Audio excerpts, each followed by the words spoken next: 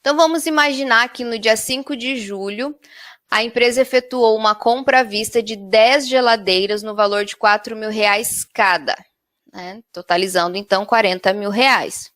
O valor foi pago com cartão de débito. Então, se a gente olhar lá no nosso balanço, né, a empresa tinha R$ 89.500 no banco. Então, foi desse recurso que ela se utilizou para comprar as mercadorias.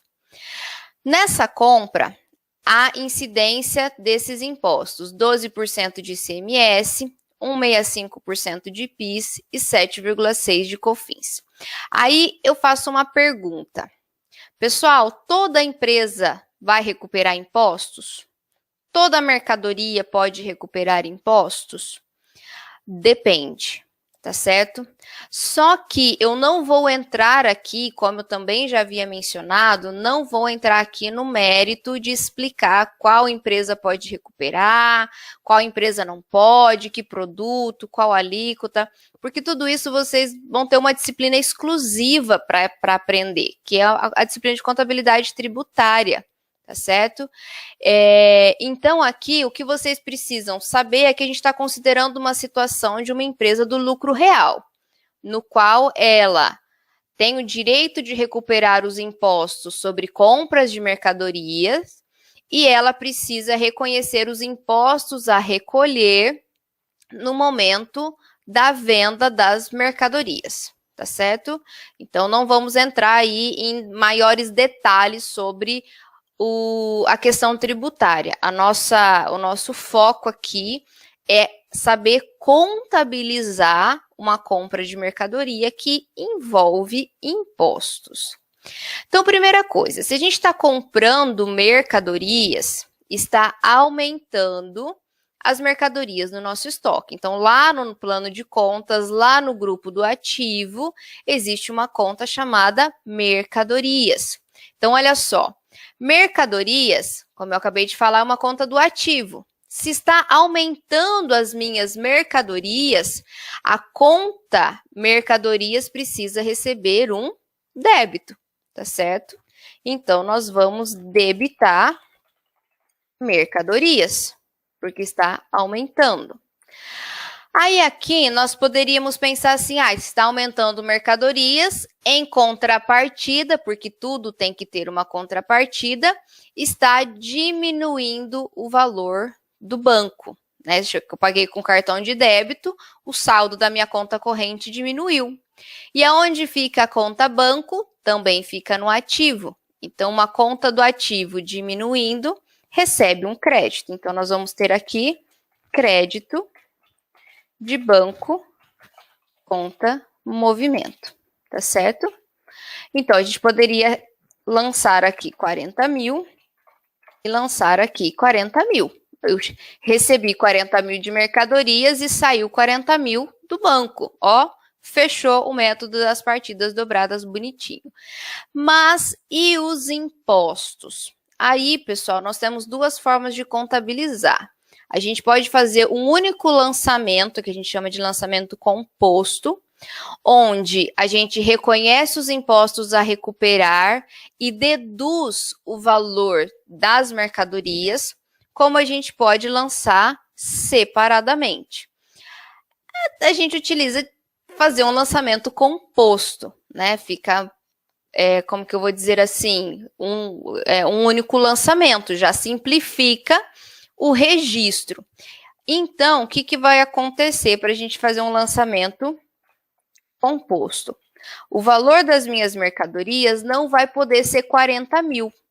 Como está lá descrito, né, com maiores detalhes no material, quando a empresa compra mercadorias, ela tem que registrar pelo custo de aquisição. Se ela tem impostos a recuperar, os impostos que serão recuperados, ele não compõe o valor da mercadoria, eles são deduzidos. Por quê? Dos 40.000 que eu vou pagar para o fornecedor, parte a minha empresa vai recuperar num segundo momento através dos impostos. Então, eu vou poder abater esse valor do que eu pagaria para o governo. Então, eu recupero esses impostos, né? Eu recupero o valor desses impostos. Então, na verdade, a mercadoria não vai custar para a minha empresa 40 mil, vai custar um pouco menos, porque parte desse valor eu vou recuperar. Então, né, eu vou registrar aqui o valor das minhas mercadorias, apenas o valor líquido, ou seja, o valor já descontado dos impostos.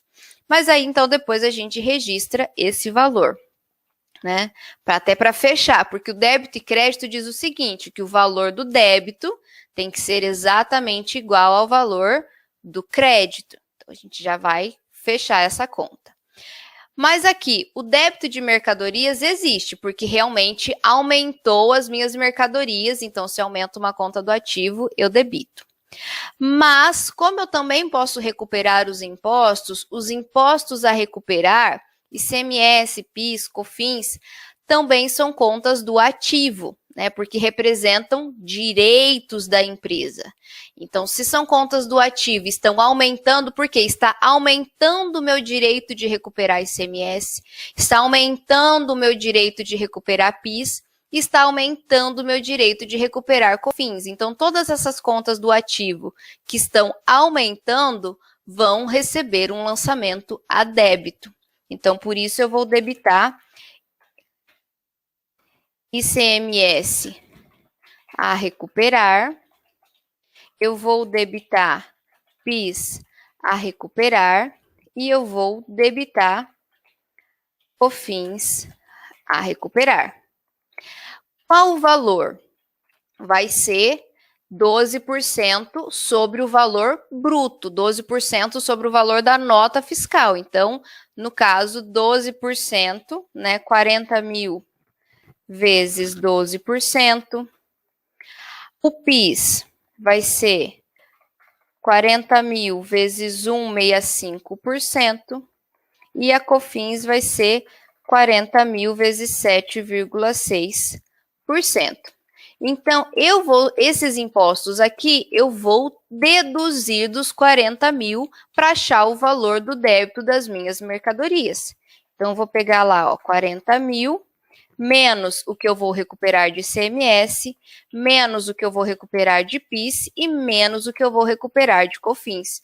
Então, o meu custo de aquisição dessas mercadorias saiu R$ 31.500, porque o restante eu vou recuperar. Ah, mas e o crédito? Está faltando um crédito, realmente, ó. Aumentou as mercadorias, aumentaram os impostos a recuperar, em contrapartida, diminuiu o valor da minha conta corrente. Então, a minha conta do banco também é do ativo, houve uma diminuição, então eu lanço um crédito na conta que diminuiu. Então, olha só, vou lançar um crédito na conta banco, conta movimento, no valor de 40 mil reais, porque esse sim é o montante que saiu do banco. Então, eu estou utilizando o Excel, fica mais fácil aqui. Agora, se eu somar todos os meus débitos, dá 40 mil. O valor do meu crédito, 40 mil. Então, olha só que bacana. Fechou o mecanismo de débito e crédito, né? Então, esse lançamento aqui já está finalizado e está equilibrado, né? Total de débito bate com total de crédito, tá certo? Pessoal, na compra de mercadorias, a gente consegue fazer esse lançamento composto porque todos os impostos são descontados do valor da mercadoria. Na venda, a gente não consegue, tá certo? Aí, lancei um valor na minha conta de mercadorias, ou seja, movimentei as minhas mercadorias, automaticamente eu preciso já preencher a minha ficha de controle de estoque. Deixa eu aumentar aqui um pouquinho, ó. Então eu tenho uma ficha.